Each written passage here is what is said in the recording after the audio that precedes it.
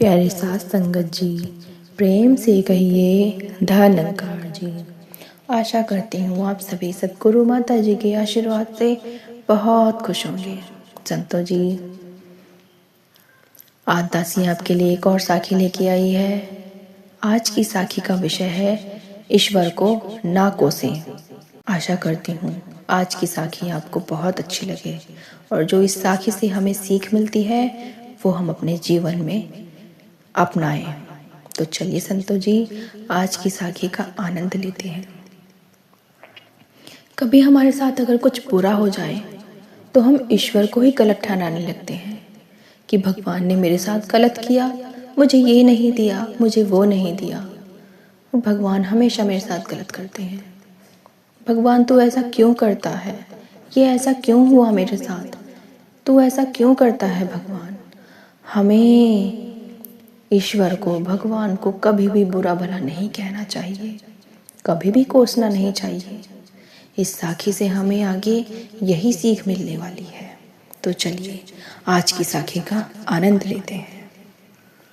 बहादुर सिंह गांव के संपन्न किसानों में से एक थे। भरा पूरा परिवार था, किसी चीज की कमी न थी। कमी थी तो बस एक चीज की कि भगवान ने जितना दिया उससे कभी खुश नहीं रहते थे। बहादुर सिंह को हमेशा हमेशा भगवान से यही शिकायत रहती थी कि भगवान ने मेरे लिए कुछ नहीं किया।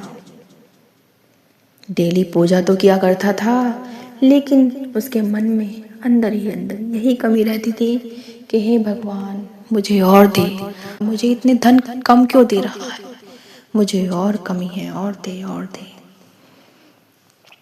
मैंने अपनी मेहनत से बड़ी हवेली बनाई है, लेकिन भगवान ने मेरे कामों को बिगाड़ने में कोई कसर नहीं छोड़ी। मैंने तो जीवन में जो पाया है खुद ही करके पाया है। समय का पहिया तेजी से घूमता गया, बचपन गुजरा, जवानी गई। अब बहादुर सिंह 80 साल का एक बूढ़ा व्यक्ति हो गया, लेकिन अकड़ आज भी वही पुरानी। पैसा था तो अकड़ तो होनी ही थी। ऐसी सोच ये सिर्फ गांव में बहादुर सिंह की थी, जो ये भगवान के बारे में ऐसा सोचता था। उम्र के साथ शरीर में कमियां आने लगी। बहादुर सिंह को अब अपने कान से बहुत कम सुनाई पड़ता था। बोलो कुछ और वो कुछ और सुनते थे। नाती पोते भी हंसी उड़ाते थे कि बाबा को सुनाई नहीं देता, हम कहते कुछ और हैं और बाबा को सुनाई कुछ और देता है।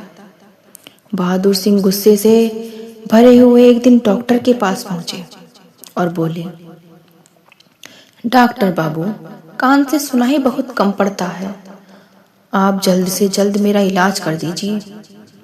डॉक्टर ने बहादुर सिंह के कुछ मेडिकल चेकअप कराए और कुछ दिन बाद उनकी रिपोर्ट ले जाने को कहा। 2 दिन बाद बहादुर सिंह फिर से डॉक्टर के पास आए अपनी रिपोर्ट लेने।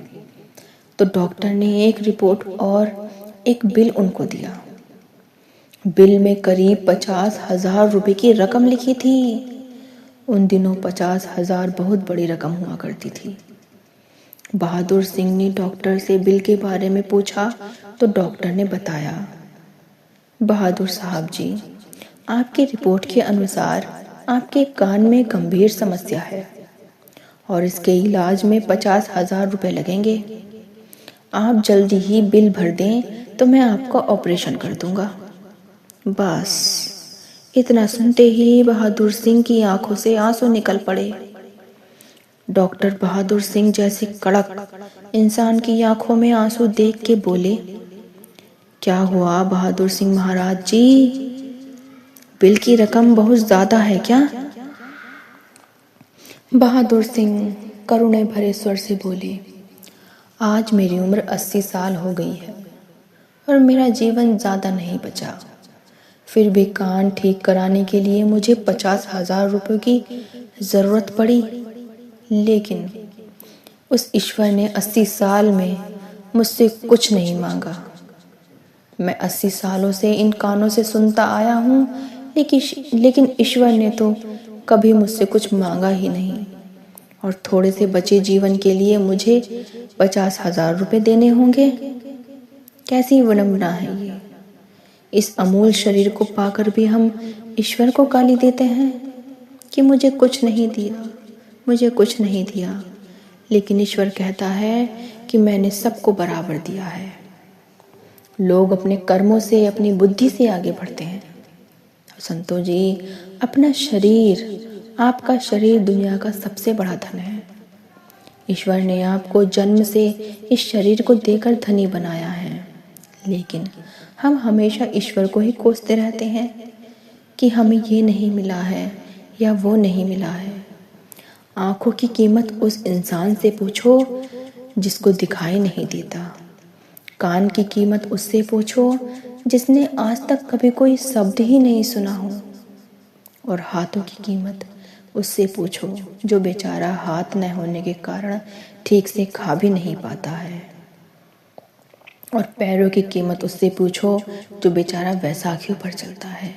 तो संतों जी, इस साखी से हमें कितनी अच्छी सीख मिलती है कि ईश्वर ने जो हमें दिया है वो बहुत अमूल्य है। जितना हमें दिया जाए उसमें इस मालिक का शुक्रिया अदा करते करते खुशियों से अपना जीवन बिताना चाहिए। सोचिए क्या बीतती होगी ऐसे लोगों पर, कितना आत्मविश्वास डगमगाता होगा ऐसे लोगों का। कितनी बार वो खुद को असहाय महसूस करते होंगे जिनके शरीर में ये सब कमियां होती हैं। और हम एक शरीर से धनी होने के बावजूद भी जीवन भर कुछ नहीं कर पाते, बस उस ईश्वर को कोसने में लग जाते हैं।